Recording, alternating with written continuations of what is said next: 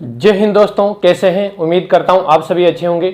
आपकी तैयारी बहुत अच्छी तरीके से चल रही होगी। स्वागत करता हूं अपने platform BL education and motivation में। अपना Telegram channel BL education motivation जरूर ज्वाइन करें। और आज जो पहली बार हमारा वीडियो देख रहे हैं, जो हमारे पहली बार प्लेटफॉर्म पे आए हैं, वो लाइक करें, शेयर करें और सब्सक्राइब करें और अपना परिवार का हिस्सा बने।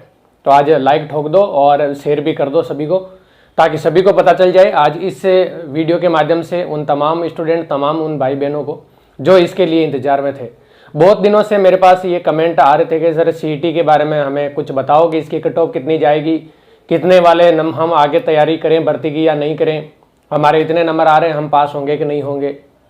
तो ये तमाम क्वेश्चन थे, तो इनके लिए मैंने आज एक विस्तृत आप लोगों के लिए वीडियो लेकर आया हूँ। तो आप इस वीडियो के लास्ट तक बने रहना। यहाँ से आपको पूरा का पूरा ये जो सीईटी का जो मैटर है, इसकी कट ऑफ का, इसकी मेरिट का सारा क्लियर हो जाएगा। तो दोस्तों, सबसे पहले आप लोगों को मैं ये बताना चाहता हूँ कि इस जो भी सीईटी का एग्जाम दिया है, कोई भी फेल नहीं होगा, आप निश्चिंत रहें। क्यों नहीं होगा, इसके बारे में मैं आपको यहाँ पर लेके चल रहा हूँ। जो हमारे 2-3 पॉइंट हैं, उनको हम कवर करते हुए आपको इस वीडियो के माध्यम से मैं सारी चीज़ समझाने की कोशिश करूँगा। कैसे बनेगी मेरिट, नहीं होगा कोई भी फेल, बिल्कुल नहीं होगा कोई भी फेल। संपूर्ण जानकारी इसके बारे में, ये हमारा थंबनेल का 3 पॉइंट थे जो मैं इसके ऊपर उनकी चर्चा करूंगा। और इसके बाद में हम देखते हैं कि सीईटी के अंदर क्यों नहीं होगा कोई भी फेल और कितने पे मेरिट जाएगी, कैसे मेरिट बनेगी। दोस्तों, आप लोगों को मैं बता दूं कि 40% वाले जो अभ्यर्थी हैं, जिन्होंने भी 40% इसके अंदर अंक प्राप्त किए हैं, वो सभी के सभी पास होंगे। अब ये सभी के सभी पास कैसे होंगे, क्यों होंगे। सबसे पहले तो जो डिपार्टमेंट ने, जो एसएससी ने हमारे नोटिफिकेशन दिया, तो उसमें बोला था कि मिनिमम 40% अंक हैं वो आपको उत्तीर्ण होने के लिए लाने चाहिए, तभी आप उत्तीर्ण हो पाएंगे। तो बिल्कुल आपको 40% जो भी लेकर आ जाएगा वो पास हो जाएगा। अब क्यों होगा, इसके ऊपर मैं आप लोगों को बताने जा रहा हूं। देखिए दोस्तों, 300 का 40% होता है 120 नंबर। आप लोगों को पता है कि 120 नंबर जो भी लेकर आ जाएगा वो इसके अंदर पास होगा। अब पास इसलिए होगा क्योंकि सीईटी के अंदर कोई भी मेरिट नहीं बनने वाली है। जिस प्रकार से रीट का एग्जाम होता है, उसके अंदर ओनली फॉर पास किया जाता है, यानी कि आपको पास करना होता है। और उसके बाद में जो आपका मेन एग्जाम होता है, उसके अंदर आपको नंबर लाने होते हैं और उससे फिर आपकी मेरिट बनती है। सेम उसी तरह से ही सीईटी के अंदर भी आपका यही होने वाला है कि आपको सीईटी को उत्तीर्ण करना है, इसका जो क्राइटेरिया है उसको फुलफिल करना है। यहाँ पर किसी प्रकार की मेरिट नहीं बनने वाली।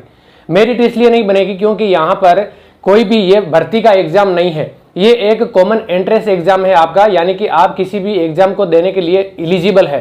यानी कि आपको कोई भी अगर नौकरी दी जा रही है तो वहां पर आपको ऐसा वो जानते हैं, ऐसा जानने की उनकी मतलब कोशिश रहती है कि ये बंदा यहां तक आया है तो ये क्या ये नौकरी, इस नौकरी की तैयारी या इस नौकरी की जितनी भी जो रिक्वायरमेंट है उसको पूरी कर पाएगा कि नहीं कर पाएगा। तो यहां से ये देखना चाहते हैं कि क्या आप इस भर्ती की तैयारी करने के लायक हैं या नहीं है। बस सीईटी का मतलब यहाँ पर इतना ही है, चाहे वो 12th लेवल हो चाहे ग्रेजुएशन लेवल। अब दोस्तों, इसका कारण यह है कि अगर मान लो कि 3 लाख या 4 लाख अगर स्टूडेंट मान लो कि सीईटी के अंदर पास किए और अगर आपके पास में वैकेंसी आ गई, अगर मान लो कि राजस्थान पुलिस की है जैसे 5,000 पदों पर वैकेंसी आ गई या 10,000 पदों पर वैकेंसी आ गई, और सीईटी के अंदर मान लो कि 3 लाख अभ्यर्थी पास किए, उसके अलावा जैसे राजस्थान पुलिस की तरह अगर मान लो कि 4-5 डिपार्टमेंट में और वैकेंसी आ गई, और कम से कम वैकेंसी मान लो कि इन्होंने 1 लाख की घोषणा की है और 1 लाख वैकेंसी इन्होंने निकाल दी। अब डिपार्टमेंट ने बोला है, एसएससी ने बोला था कि सीईटी के अंदर 15 गुना अभ्यर्थियों को जो पास करके और उनको एग्जाम के अंदर हम फॉर्म फिलअप करवाएंगे। तो यानी कि अगर मान लो कि इन्होंने 1 लाख की वैकेंसी अगर निकाली तो 1 लाख का 15 गुना कितना हो गया, 1 लाख का 15 गुना सीधा 15 लाख होता है। जब अगर मान लो कि ये 3 या 4 लाख अभ्यर्थी ही अगर मान लो मेरिट निकाल के पास करेंगे तो उनके अंदर फॉर्म कहां से फिलअप करवाएंगे। तो दोस्तों, यहां पर ये एक बहुत ही इंपॉर्टेंट फैक्टर है। यहां पर आपका मेरिट न बनकर एक आपकी रिजर्व लिस्ट बनेगी, कोई फेल नहीं होगा रीट की तरह। बिल्कुल आपको ये एक एंट्रेंस एग्जाम है जिसको पास करना है। जो मिनिमम अंक आपको बोले हैं वो मिनिमम अंक आपको लेकर आना है, और जो लेकर आएगा वो यहाँ पर पास हो जाएगा। यहाँ पर कोई मेरिट न बनकर यहाँ पर एक रिजर्व लिस्ट बनाई जाएगी जिसके अंदर 3 लाख या 4 लाख 5 लाख अभ्यर्थी है उनको रखा जाएगा। अब हाँ, यहाँ पर यह हो सकता है कि जैसे मान लो 12th लेवल के ऊपर वैकेंसी आई, और जैसे किसी की 12th लेवल की वैकेंसी के अंदर मान लो किसी के अंदर 10,000 पद आए, 5,000 पद आए, या किसी में 100 आए या 500 आए, तो 100 अगर किसी के अंदर पद आए तो 100 का 15 गुना यानी कि 1500 पद है, 1500 व्यक्तियों को या अभ्यर्थियों को फॉर्म इसके अंदर फिलअप करवाएंगे। तो उसके अंदर मान लो कि जो टॉप नंबर के अंदर है, यानी कि जिनके नंबर है वो बहुत मतलब ज़्यादा है, तो उनको ही इसके अंदर फॉर्म फिलअप करने का मौका मिले। और अगर मान लो कि वैकेंसी 10,000 की आई तो 10,000 का 15 गुना यानी कि 1.5 लाख वैकेंसी, 1.5 लाख अभ्यर्थियों को, या 5,000 आई तो 5 का 15 गुना अभ्यर्थियों को यहाँ पर फॉर्म फिलअप करवाएंगे।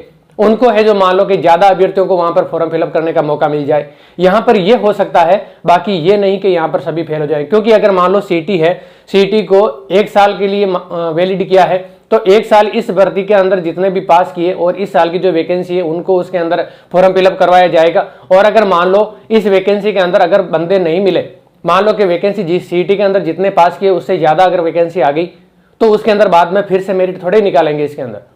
तो इसी लिस्ट से ही उनसे फॉर्म फिलअप करवाएंगे, इसी लिस्ट से ही उनसे जो फॉर्म भरने की एलिजिबिलिटी है वो इनको देनी होगी। और अगर मान लो कि वैकेंसी वापस दोबारा भी वैकेंसी करवानी है इनको, सीईटी जैसे कंप्लीट हो गया अगले साल की वैकेंसी के लिए, तो जब अगर अभ्यर्थी यहाँ पर ही पूरे नहीं होंगे तो अगले साल में फिर इनको वापस एग्जाम करवाना है, तो उसके अंदर अभ्यर्थी कहाँ से लाएंगे, उसके अंदर वैकेंसी के अंदर मान लो कि सरप्लस रहेंगे या डिफिशियंसी रहेगी। तो इन सभी को देखते हुए यहाँ पर एक लिस्ट बनाई जाएगी, उस लिस्ट से ही जितनी वैकेंसी आई उसके उतने 15 गुना अभ्यर्थियों को उठाया जाएगा और वहां से फॉर्म फिलअप करवाया जाएगा।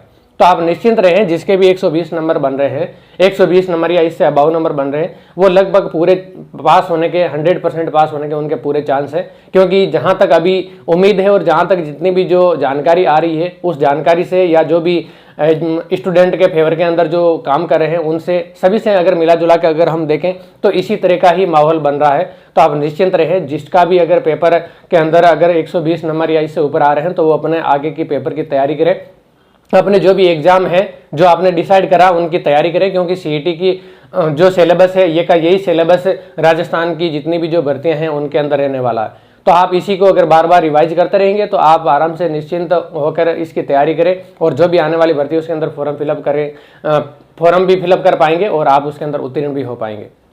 दोस्तों इसके बाद में सीईटी में 15 गुना भर्ती के एग्जाम में पास होंगे, एग्जाम में लेंगे 15 गुना अभ्यर्थियों को फॉर्म फिलअप करवाएंगे, तो वो यहीं से इसी लिस्ट से लिया जाएगा। और इसका जो रिजल्ट है, सीईटी का जो रिजल्ट है स्नातक स्तर का है, वो 20 मार्च तक आने की संभावना है। क्योंकि इसके बाद में फिर वापस भी, क्योंकि जैसे ही रिजल्ट आया उसके बाद में जो अनाउंसमेंट हुआ इन भर्तियों को इसी साल कंप्लीट करवाना है, तो जल्दी से ये रिजल्ट देके और उसके बाद में नोटिफिकेशन भी भर्तियों का रिलीज कर देंगे ताकि आपके जल्दी से फॉर्म फिलअप करके और इस सीईटी की जो एग्जाम हुआ इसका है जो बेनिफिट उठाया जा सके।